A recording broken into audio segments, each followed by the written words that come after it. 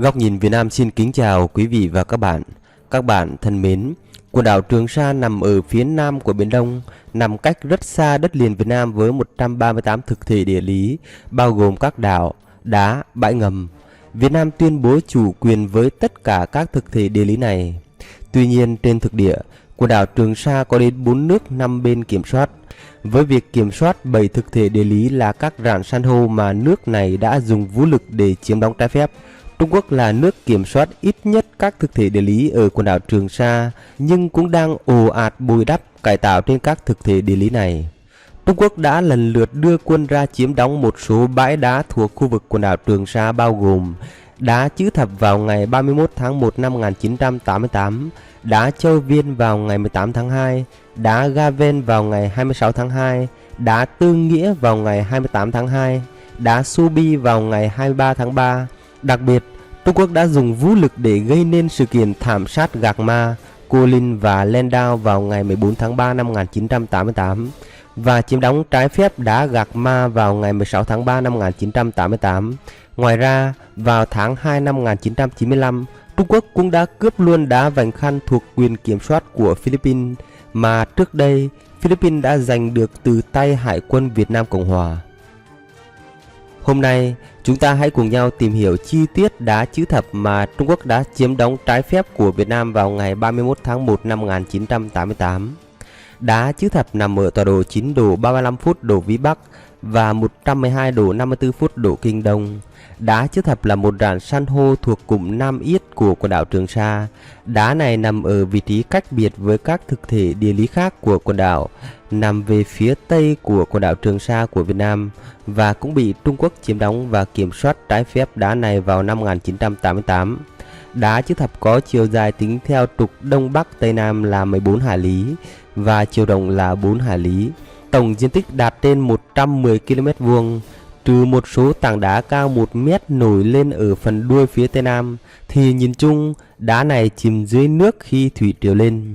Ngày 31 tháng 1 năm 1988, Hải quân Việt Nam cử 2 tàu chở vật liệu từ đá Tây đến xây dựng công trình tại đá Chữ Thập, nhưng bị Hải quân Trung Quốc chặn lại. Từ cuối tháng 2 năm 1988, Trung Quốc bắt đầu xây dựng các căn cứ tại đây và hoàn tất việc tạo lập căn cứ vào tháng 7 năm 1988. Trung Quốc đã xây dựng một tòa nhà bê tông dài hơn 60 mét trên đá Chữ Thập. Trên tòa nhà này có nhiều anten, gồm cả một anten radar thu phát sóng cao tần của Hải quân cùng 2 vòm che radar.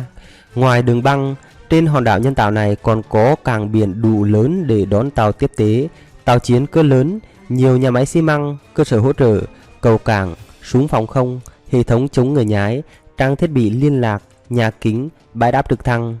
Từ năm 2014, Trung Quốc bắt đầu cải tạo mũi rồng đá Chữ Thập thành đảo nhân tạo lớn nhất trên quần đảo Trường Sa, có diện tích khoảng 2,74 km vuông tính đến tháng 7 năm 2015, với tổng kinh phí hơn 11,5 tỷ đô la Mỹ. Trung Quốc xây dựng trên đá Chữ Thập 9 cầu tàu, 2 bãi đáp trực thăng, 10 anten liên lạc qua vệ tinh và 1 trạm radar. Đặc biệt là việc xây dựng một đường băng dài 3.125 m và rộng 60 m, là đường băng duy nhất đủ lớn cho máy bay ném bom chiến lược tại Trường Sa, cho phép quân đội Trung Quốc bao quát không phận rộng lớn từ Tây Thái Bình Dương gồm cả căn cứ Guam của Mỹ đến Ấn Độ Dương. Tư lệnh Bộ Chỉ huy Thái Bình Dương của Mỹ là Đô đốc Harry Harris cho biết hiện các vỉa đá ngầm mà Trung Quốc chiếm giữ và xây dựng ở Biển Đông nhìn giống hệt các căn cứ cho máy bay chiến đấu, máy bay ném bom, tàu chiến và hoạt động do thám. Ngày 6 tháng 11 năm 2014, đại diện Bộ Ngoại giao Việt Nam đã gặp đại diện Đại sứ quán Trung Quốc tại Hà Nội, trao công hàm phản đối Trung Quốc tiến hành các hoạt động cải tạo phi pháp trên đá Chữ Thập thuộc quần đảo Trường Sa của Việt Nam. Ngày 6 tháng 1 năm 2016, 2 máy bay dân sự cỡ lớn của hãng hàng không China Southern Airlines của Trung Quốc đã hạ cánh xuống sân bay mà Trung Quốc xây dựng bất hợp pháp trên đá Chữ Thập thuộc quần đảo Trường Sa của Việt Nam. Ngày 12 tháng 5 năm 2016, Trung Quốc điều máy bay ném bom H-6K của nước này bay trên đá Chữ Thập mà họ xây dựng trái phép ở quần đảo Trường Sa thuộc chủ quyền của Việt Nam. Ngày 10 tháng 11 năm 2016, ảnh chụp vệ tinh cho thấy Trung Quốc dường như đã lắp các súng phòng không và hệ thống vũ khí tầm gần trên đá Chữ Thập. Ngày 9 tháng 3 năm 2017, theo Trung tâm Nghiên cứu Quốc tế và Chiến lược CSIS có trụ sở tại Washington, Mỹ, Trung Quốc đã ngang nhiên triển khai một vật thể được cho là hệ thống radar tần số cao mới ở phía cực nam của Đá Chữ Thập thuộc quần đảo Trường Sa của Việt Nam. Đài CNBC của Mỹ ngày 2 tháng 5 năm 2018 dẫn các nguồn tin tình báo cho biết các tên lửa hành trình chống hạm Ưng Kích 12B và tên lửa đất đối không Hồng Kỳ 9B đã được Trung Quốc lắp đặt trên thực thể Đá Chữ Thập thuộc quần đảo Trường Sa của Việt Nam. Các tên lửa này được tính toán có khả năng nhắm mục tiêu là máy bay, kể cả máy bay không người lái và tên lửa hành trình trong phạm vi 160 hải lý. Theo tờ Bưu điện Hoa Nam buổi sáng ngày 31 tháng 10 năm 2018 đưa tin, Trung Quốc đã ngang nhiên mở các trạm khí tượng đặt trên Đá Chữ Thập thuộc quần đảo Trường Sa của Việt Nam. Ngày 30 tháng 1 năm 2019, Bộ Giao thông Vận tải Trung Quốc ra thông báo cho biết đã hoàn thành việc xây dựng một trung tâm cứu hộ trên đảo nhân tạo mà nước này bồi đắp phi pháp trên Đá Chữ Thập thuộc quần đảo Trường Sa của Việt Nam. Ngày 20 tháng 3 năm 2020, Tân Hoa Xã của Trung Quốc đưa tin Trung Quốc đã đưa vào hoạt động 2 trạm nghiên cứu mới trên Đá Chữ Thập và Đá Subi thuộc quần đảo Trường Sa của Việt Nam. 2 trạm này thuộc Trung tâm Nghiên cứu về đảo và đá thuộc Viện Khoa học Trung Quốc, có các phòng thí nghiệm để hỗ trợ nghiên cứu về sinh thái, địa chất và môi trường. Ngày 28 tháng 3 năm 2020, Trung Quốc đưa máy bay vận tải quân sự Vận 8 hạ cánh trái phép xuống Đá Chữ Thập thuộc quần đảo Trường Sa của Việt Nam. Ngày 18 tháng 4 năm 2020, Trung Quốc ngang ngược lập cái gọi là quận Tây Sa và quận Nam Sa để quản lý quần đảo Hoàng Sa và quần đảo Trường Sa thuộc chủ quyền của Việt Nam. Ngày 14 tháng 5 năm 2020, Trung Quốc đưa máy bay cảnh báo sớm KZ-500 và KZ-200 cùng một trực thăng Z-8 đáp xuống Đá Chữ Thập thuộc quần đảo Trường Sa của Việt Nam. Ngày 30 tháng 11 năm 2020, Hải quân Trung Quốc tổ chức tiếp nhận trái phép tàu bệnh viện tại bến cảng trên Đá Chữ Thập thuộc quần đảo Trường Sa của Việt Nam. Ngày 25 tháng 12 năm 2020, hãng Massa Technology đã công bố ảnh vệ tinh cho thấy một chiếc Vận 20, mẫu vận tải cơ lớn nhất trong biên chế của Không quân Trung Quốc, xuất hiện trên đường băng được xây dựng phi pháp trên đảo nhân tạo tại Đá Chữ Thập thuộc quần đảo Trường Sa của Việt Nam. Ngày 9 tháng 6 năm 2021, Trung Quốc đưa trái phép một tàu trinh sát TIP 815G và một nhóm tàu cá cùng một máy bay do thám Vận 8Q và một máy bay cảnh báo sớm KZ-500 đến Đá Chữ Thập thuộc quần đảo Trường Sa của Việt Nam. Ngày 21 tháng 9 năm 2021, Trung Quốc đưa máy bay vận tải cỡ lớn Vận 20 tới Đá Chữ Thập, Subi và Đá Vành Khăn thuộc quần đảo Trường Sa của Việt Nam. Ngày 9 tháng 4 năm 2015, bà Hoa Xuân Oánh, người phát ngôn Bộ Ngoại giao Trung Quốc cho biết hoạt động cải tạo đất và xây dựng tại quần đảo Trường Sa trên Biển Đông là để xây dựng nơi trú ẩn, hỗ trợ điều hướng, tìm kiếm và cứu hộ, dịch vụ dự báo khí tượng hàng hải, dịch vụ nghề cá cùng thủ tục hành chính cần thiết cho Trung Quốc, các nước láng giềng cũng như chính các tàu đang hoạt động trên Biển Đông. Vào ngày 16 tháng 4 năm 2015, trả lời câu hỏi về phản ứng của Việt Nam về phát biểu của người phát ngôn Bộ Ngoại giao Trung Quốc Hoa Xuân Oánh vào ngày 9 tháng 4 năm 2015 về việc mở rộng các bãi đá ngầm ở Trường Sa, người phát ngôn Bộ Ngoại giao Việt Nam ông Lê Hải Bình cho biết Việt Nam đã nhiều lần giao thiệp với phía Trung Quốc, kể cả ở cấp cao về vấn đề này. Một lần nữa, chúng tôi tuyên bố Việt Nam có đầy đủ căn cứ pháp lý và bằng chứng lịch sử khẳng định chủ quyền của mình đối với quần đảo Hoàng Sa và Trường Sa.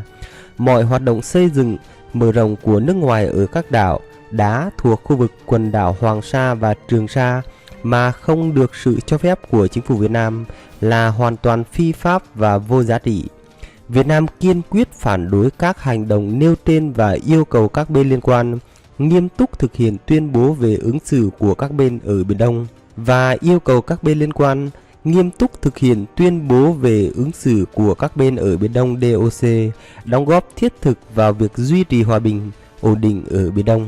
Tiếp thời gian sau đó, trong các hội nghị cấp cao ASEAN, Hội nghị Bộ trưởng Ngoại giao ASEAN và Thượng nghị sĩ Mỹ John McCain, Chủ tịch Ủy ban Quân lực Thượng viện Mỹ lúc đó đã bày tỏ quan ngại sâu sắc đối với việc tôn tạo, bồi đắp ở Biển Đông, làm xói mòn lòng tin và sự tin cậy, gia tăng căng thẳng và có thể gây phương hại tới hòa bình, an ninh và ổn định ở Biển Đông, đồng thời khẳng định tầm quan trọng của việc duy trì hòa bình, an ninh, ổn định, tự do hàng hải và hàng không ở Biển Đông, nhấn mạnh sự cần thiết đối với tất cả các bên trong việc đảm bảo thực hiện đầy đủ và hiệu quả toàn bộ các điều khoản của tuyên bố về ứng xử của các bên ở Biển Đông DOC,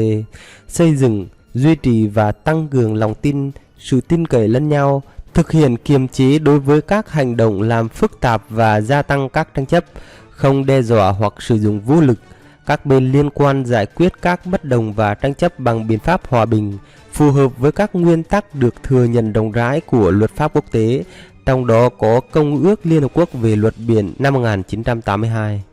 Thưa quý vị, hoạt động bồi đắp đảo nhân tạo phi pháp của Trung Quốc trên các bãi đá thuộc quần đảo Trường Sa của Việt Nam cùng quá trình xây dựng các công trình mang tính quân sự hóa trên đó đã khiến dư luận thế giới bất an. Trung Quốc luôn tìm cách che giấu quá trình bồi đắp và xây dựng trái phép của mình trên các thực thể địa lý mà nước này dùng vũ lực để chiếm đoạt và chiếm đóng trái phép ở quần đảo Trường Sa. Giới quan sát cho rằng những gì Bắc Kinh đang tiến hành vẫn chỉ nằm trong lộ trình thực hiện hóa tham vọng độc chiếm Biển Đông, biến đường lưỡi bò trên giấy thành con đường hàng hải riêng của Trung Quốc. Đương nhiên, không có quốc gia nào trong khu vực và trên thế giới có thể cam chịu trước hành động vi phạm pháp luật trắng trợn như vậy. Không chỉ Việt Nam và các nước trong khu vực, mà còn có nhiều nước ngoài khu vực Biển Đông gồm Canada, Australia, Anh, Nhật Bản, Mỹ cùng đồng loạt chỉ trích và lên án những hành động chiếm đóng trái phép, bồi đắp, xây dựng, quân sự hóa các đảo mà nước này chiếm đóng trái phép, gây leo thang căng thẳng ở Biển Đông, vi phạm chủ quyền, quyền chủ quyền và quyền tài phán của Việt Nam trên Biển Đông mà Trung Quốc đã gây ra đã kéo dài qua nhiều năm. Trong suốt quá trình này, Trung Quốc đã sử dụng nhiều biện pháp từ sử dụng vũ lực chiếm đóng trái phép quần đảo Hoàng Sa và một số thực thể bãi đá ở Trường Sa, thực hiện hàng loạt các hoạt động sai trái ở khu vực này, đến các tuyên bố ngang ngược với các yêu sách hòng độc chiếm toàn bộ Biển Đông. Trên cơ sở luật pháp quốc tế, Việt Nam kiên quyết bảo vệ chủ quyền và toàn vẹn lãnh thổ của mình, đồng thời tôn trọng nguyên tắc không đe dọa vũ lực hay dùng vũ lực để giải quyết tranh chấp. Trước sau như một chủ trương giải quyết bằng thương lượng hòa bình những vấn đề còn tồn tại giữa hai nước, đặc biệt là ở hai quần đảo Hoàng Sa và Trường Sa. Việt Nam có đầy đủ bằng chứng lịch sử và cơ sở pháp lý để khẳng định chủ quyền đối với hai quần đảo Hoàng Sa và Trường Sa là của Việt Nam. Lập trường nhất quán của Việt Nam là phản đối mạnh mẽ việc thành lập cái gọi là thành phố Tam Sa và các hành vi liên quan vì đã vi phạm nghiêm trọng chủ quyền của Việt Nam, không có giá trị và không được công nhận, không có lợi cho quan hệ hữu nghị giữa các quốc gia và gây thêm phức tạp tình hình Biển Đông, khu vực và trên thế giới. Việt Nam yêu cầu Trung Quốc tôn trọng chủ quyền của Việt Nam, hủy bỏ các quyết định sai trái liên quan đến những việc làm đó và không có những việc làm tương tự trong tương lai. Trên tinh thần đó, Việt Nam sẵn sàng giải quyết tranh chấp với các quốc gia liên quan thông qua đàm phán cũng như các biện pháp hòa bình khác, dựa trên luật pháp quốc tế và Công ước Liên Hợp Quốc về luật biển năm 1982. Việt Nam đã nhiều lần đề nghị Trung Quốc dừng các hành động trái phép, làm phức tạp thêm tình hình, đe dọa hòa bình và ổn định tại Biển Đông. Điều này cho thấy sự quyết liệt và công khai của Việt Nam trên trường quốc tế trong vấn đề giải quyết tranh chấp ở Biển Đông. Điều này cũng đáp ứng nguyện vọng hòa bình của nhân dân Việt Nam và nhân dân Trung Quốc, phù hợp với các nguyên tắc của luật pháp quốc tế và hiến chương Liên Hợp Quốc, phù hợp với lợi ích của hòa bình, ổn định và hợp tác ở Đông Nam Á, khu vực châu Á, Thái Bình Dương và trên toàn thế giới. Chương trình của chúng tôi đến đây xin tạm dừng. Hẹn gặp lại quý vị và các bạn trong các chương trình tiếp theo.